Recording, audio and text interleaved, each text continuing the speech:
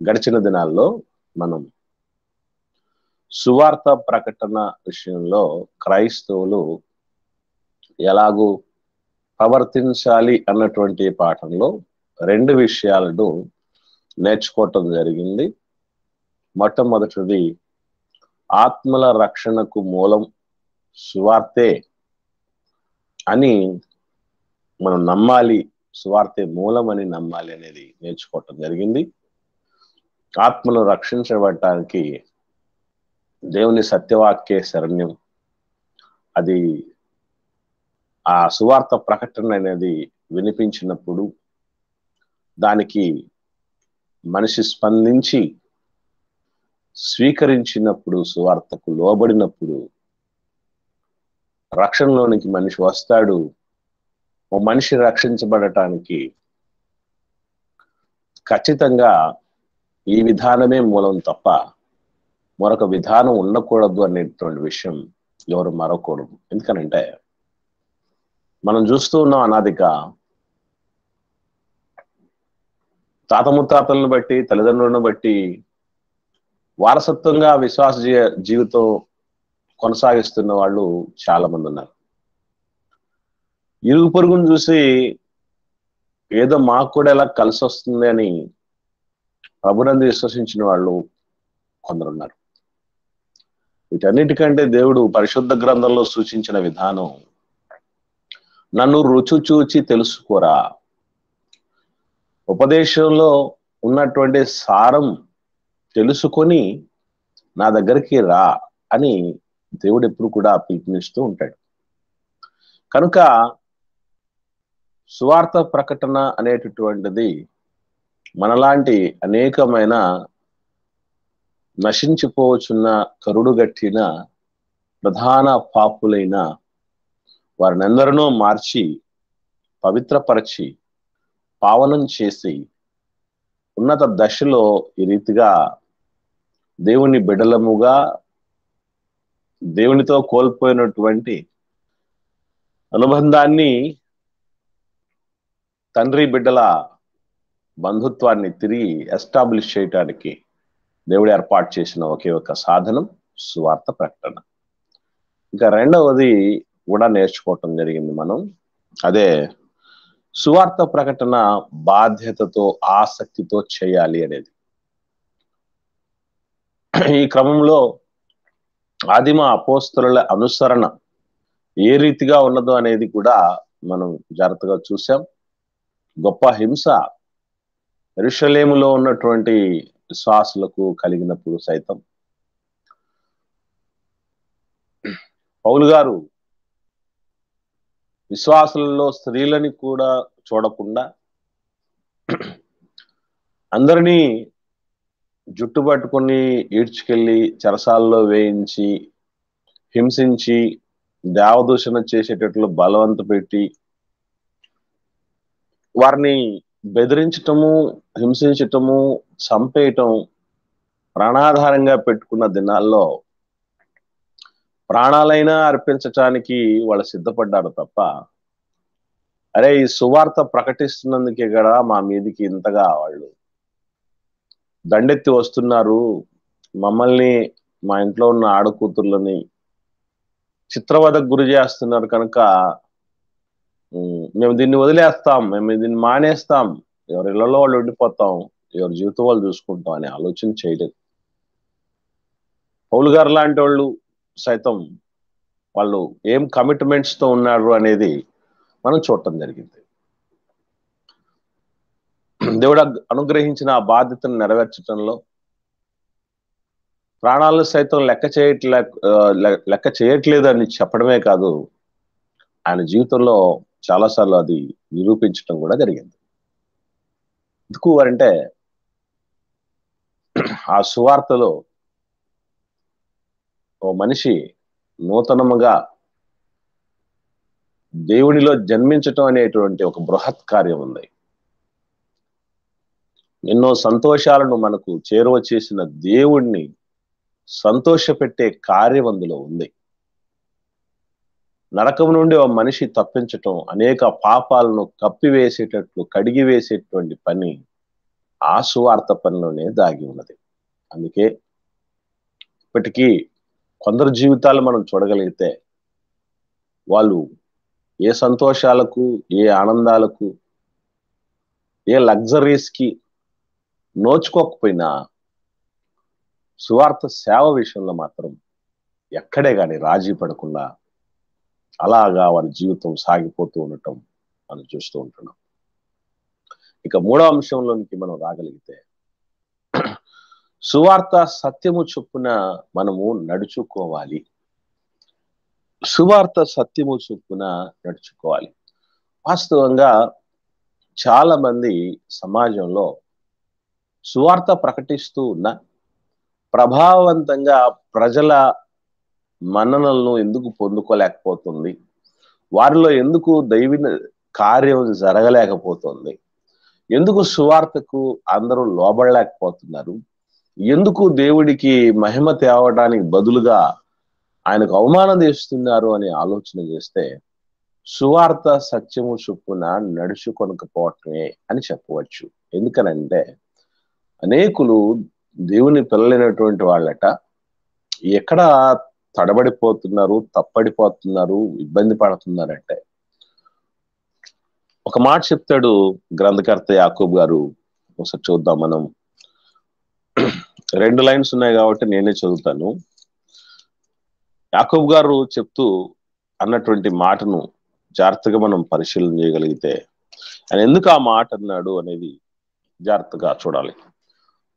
యాకోబు రాసిన పత్రిక 3వ అధ్యాయం ప్రారంభ వర్షం నుండి చూడగలిగితే, నా సహోదరులారా, బోధకులమైన మనము మరి కఠినమైన తీర్పు పొందుదమని తెలుసుకొని మీలో అనేకులు బోధకులు కాకుండుడి. ఎందుకు అంటే బోధకులట ఏం చేస్తున్నారు అంటే అనేక విషయములలో మనం అందరము తప్పిపోవుచున్నాము.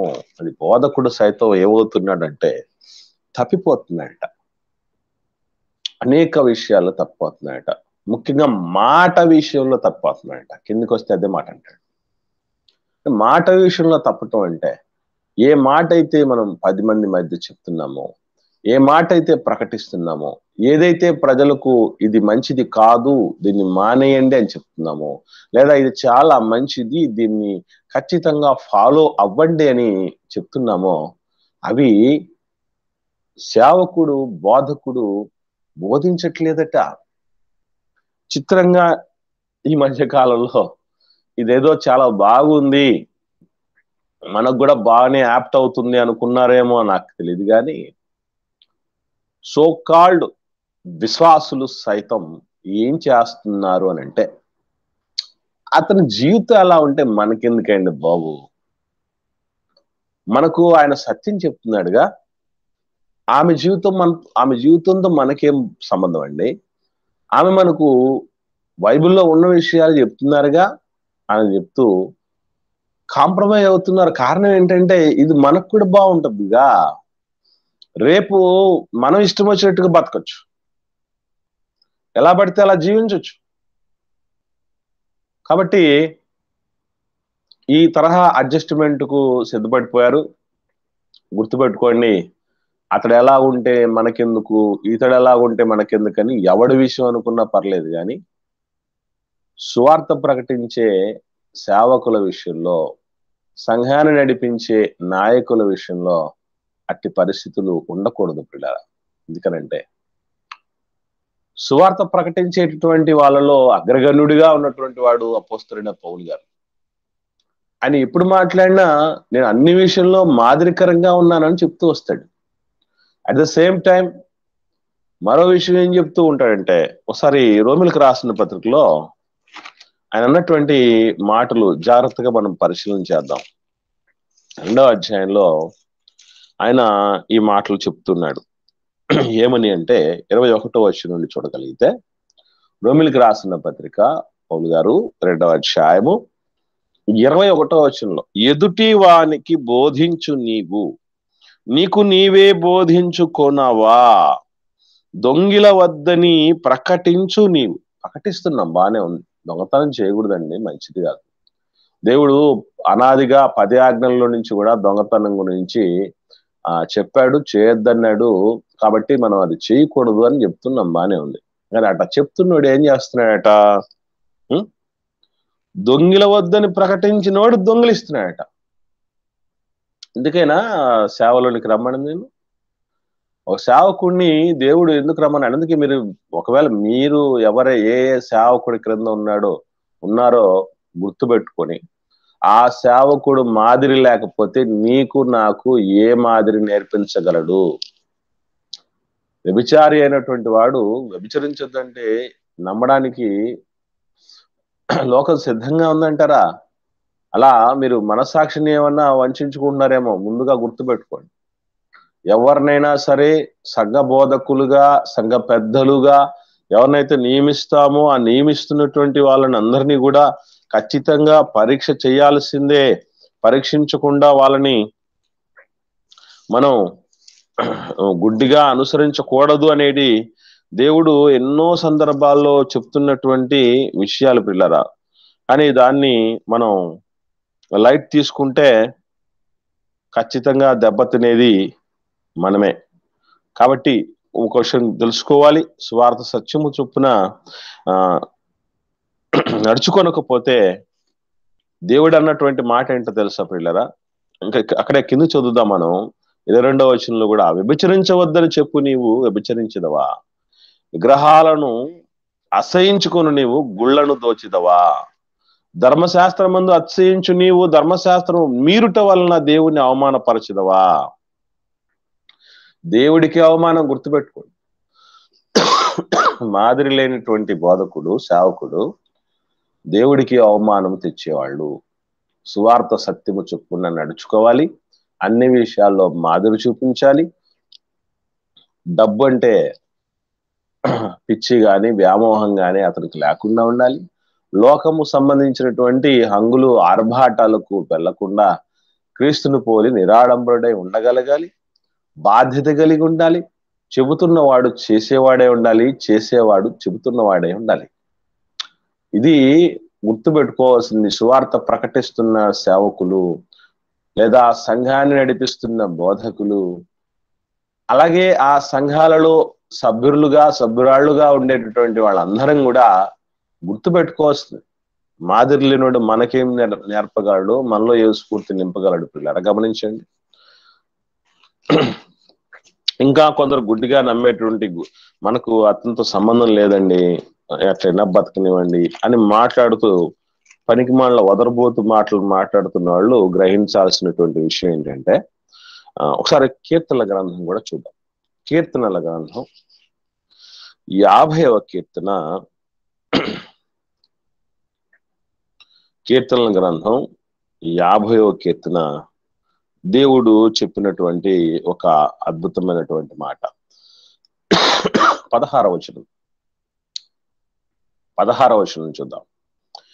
భక్తిహీనులతో దేవుడు ఇట్లు సెలవిచ్చుచున్నాడు, నా కట్టడలు వివరించుటకు నీకేమి పని?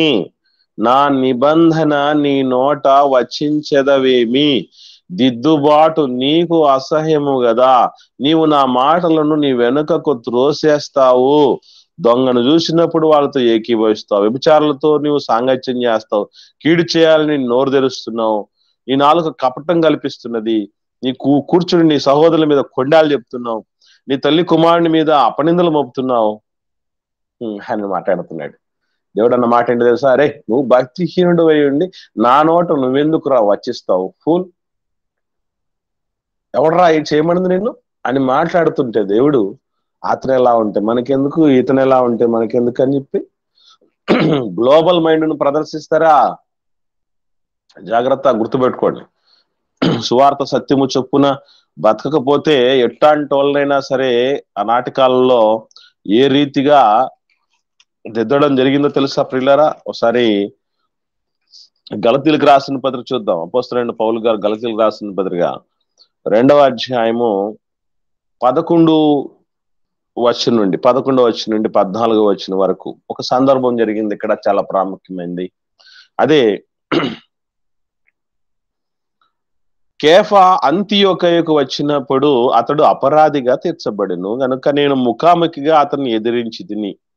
కేఫా మీన్స్ హియర్ అపోస్తలుడైనటువంటి పేతురు గారు, సంఘమునకు స్తంభములుగా ఎంచబడినటువంటి సీమోను పేతురు గారి గురించి మాట్లాడుతూ ఉన్నారు. ఆ కేఫా గారు ఏం చేశారు, ఎలా అపరాధ అయ్యాడంటే, ఎట్లా అయ్యాడంటే, యాకోబును వద్ద నుండి కొందరు రాకమునుపు అతడు అన్యజనులతో భోజనము చేయుచుండెను గాని వారు రాగానే సున్నతి పొందిన వారికి భయపడి వెనక తీసి వేరైపోయాను. తక్కిన యూదులను అతనితో కలిసి మాయావేషం వేసుకొనిది గనుక బర్నబా కూడా వారి వేషధారణము చేత మోసపోయెను. వారు సువార్త సత్యము చొప్పున క్రమముగా నడుచు కొనకపోవుట నేను చూచినప్పుడు అందరి ఎదుట కేఫాతో నేను చెప్పాను.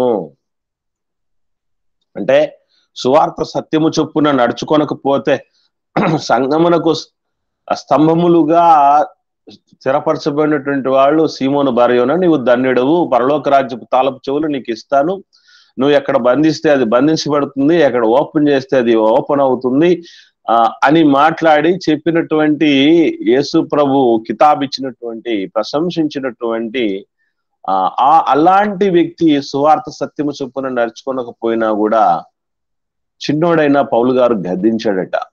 అంటే మనం అన్ని విషయాల్లో ఎట్లా ఉండగలగాలంటే బోధకుడి విషయంలో గుర్తుపెట్టుకోండి, 100% వాళ్ళ యొక్క విశ్వాస జీవితాన్ని మనం ఫాలో అవ్వాల్సినటువంటి పరిస్థితి ఉంటుంది.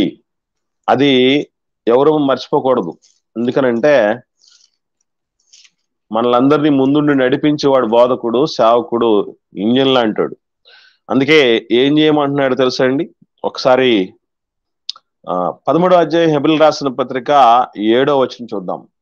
పౌలు గారు హెబ్రీలకు రాసిన పత్రిక 13వ అధ్యాయము 7వ వచనాన్ని చూడగలిగితే, మీకు దేవుని వాక్యము బోధించి మీ పైని నాయకులుగా ఉన్న వారిని జ్ఞాపకము చేసుకొని వారి ప్రవర్తన ఫలమును శ్రద్ధగా తలచుకొనుచు వారి విశ్వాసమును అనుసరించండి. వారి విశ్వాసాన్ని అనుసరించండి అంటున్నాడు. అంటే వాళ్ళు ఏ విధంగా దేవుడు అంటే పిచ్చి కలిగి, ప్రేమ కలిగి, సమర్పణ కలిగి, ఇష్టము కలిగి, భక్తి కలిగి, భారము కలిగి, భయము కలిగి ఉంటున్నారో, ఏ రీతిగానైతే వారు సమస్తమైనటువంటి విషయాలలో మాదిరి కనబరుస్తున్నారో అలా వాళ్ళ విశ్వాసాన్ని చూస్తూ ఎదగండి రా అని చెప్తున్నాడు. మరి ఆ విశ్వాసం లేకుండా వాడు మంచి వ్యభిచారం అయితే ఆ వ్యభిచారం చూసి వ్యభిచారులు అయిపోతారు. డబ్బు పిచ్చి ఉన్నాడైతే డబ్బు పిచ్చి చూసి చూసి వీళ్ళు కూడా పిచ్చోళ్ళు అయిపోతారు. అర్థమైందా? బాధ్యతారాహిత్యంగా ఉన్నటువంటి వాడిని చూసి వీళ్ళు కూడా బాధ్యతారాహిత్యంగా ఉంటారు. లోకం అంటే ఇంకా ఏదో అనుభవించాలన్నటువంటి ఆ కోరికతో ఒకళ్ళు రగిలిపోతున్నటువంటి వాడైతే సేవకుడు, కింద ఉన్నవాడు కూడా అలాగే అయిపోతారు. ఎందుకంటే తండ్రి ఏది చేయుట కుమారుడు చూచునో అదే చేస్తాడు అంటారు కదా. ఆత్మీయ తండ్రితో సమానం కదా సేవకుడు, బోధకుడు. అటు అన్ని విషయాల్లో మాదిరి సువార్త సత్యము చొప్పున ప్రతి ఒక్కడు నడుచుకోవాల్సిందే. అలా నడుచుకోకపోతే దేవుడికి అవమానంతో పాటుగా రేపు కఠినమైనటువంటి శిక్ష కూడా సేవకుడికి, బోధకుడికి ఉంటుంది అన్నటువంటి విషయం మర్చిపోకూడదు. మెట్టుకు మీరు ఎవరైతే సేవకులుగా, బోధకులుగా కలిగి ఉన్నారో వారు ఎలాంటి వారో, ఎటువంటి పరిస్థితుల్లో ఉన్నారో అనేటటువంటిది మనం ఎట్టి పరిస్థితుల్లో మర్చిపోకూడదు, స్పృహ కోల్పోకూడదు. అక్కడ మనం గ్లోబల్ మైండ్ తో ఆలోచన చేస్తున్నాం అది ఇదని పనికిరాని మాటలు, తప్పుడు మాటలు మనం ఎప్పుడు అనుకోకూడదు. ఎందుకనంటే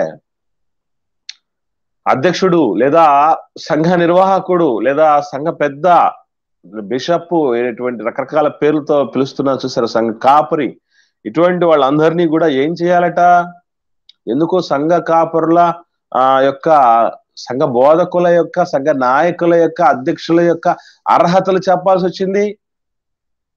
ఎవడు పడితే వాడు, అర్హత లేని వాడు అంతా కూడా సేవకుడు అయిపోతే ఏం చేయటానికండి? సమాజాన్ని, దేవుని పిల్లల్ని చెప్పండి. ఎంత గురుతరమైన బాధ్యత. అందుకే వాళ్ళ గురించి చెప్పినటువంటి మంచి చక్కటి మాట ఏంటంటే, తిమోతి గారికి రాసిన మొదటి పత్రిక 3వ అధ్యాయము 10వ వచనాన్ని జాగ్రత్తగా చూద్దాం. అపొస్తలుడైన పౌలు గారు తిమోతి గారికి రాసినటువంటి మొదటి పత్రిక 3వ అధ్యాయం 10వ వచనంలో, మరియు వారు మొదట పరీక్షింపబడవలెను, తరువాత వారు అనిందులైతే పరిచారకులుగా ఉండవచ్చును. టెస్ట్ చేయాలి, వాళ్ళని టెస్ట్ చేసే మీరు పరిచారకులుగా ఏర్పాటు చేసుకోండి అని చెప్పడం జరిగింది. సేవకుని టెస్ట్ చేస్తే పాపం అండి బాబు, అపరాధం అండి, అపచారం అండి అని మాట్లాడకండి. అర్థమవుతుందా? కాబట్టి దయచేసి సువార్త సత్యము చొప్పున నడుచుకుంటున్నటువంటి సేవకు ఎక్కడున్నా మీకు పక్కనే ఏదో కాంప్రమైజ్ అవ్వకండి. ఇంటి పక్కనే ఉంది చర్చ్ కాబట్టి, మాకు అందుబాటులో ఉన్నాడు కాబట్టి సేవకుడు మమ్మల్ని మా పాపాలని ఖండించకుండా ప్రోత్సహిస్తాడండి, ఏం ఇబ్బంది లేదు, కానికిస్తే చాలండి, కుక్కలా తోక ఉప్పుకుంటూ వస్తాడండి. ఇటువంటి పరిస్థితుల్లో ఉన్నటువంటి సేవకుడు వల్ల మీకు ప్రయోజనం లేదు, అతడికి ప్రయోజనం లేదు. సువార్త సత్యము చొప్పున 100% నడుచుకోవాల్సిందే మనం అంతా. ఇది గుర్తుంచుకోవాల్సినటువంటి విషయం.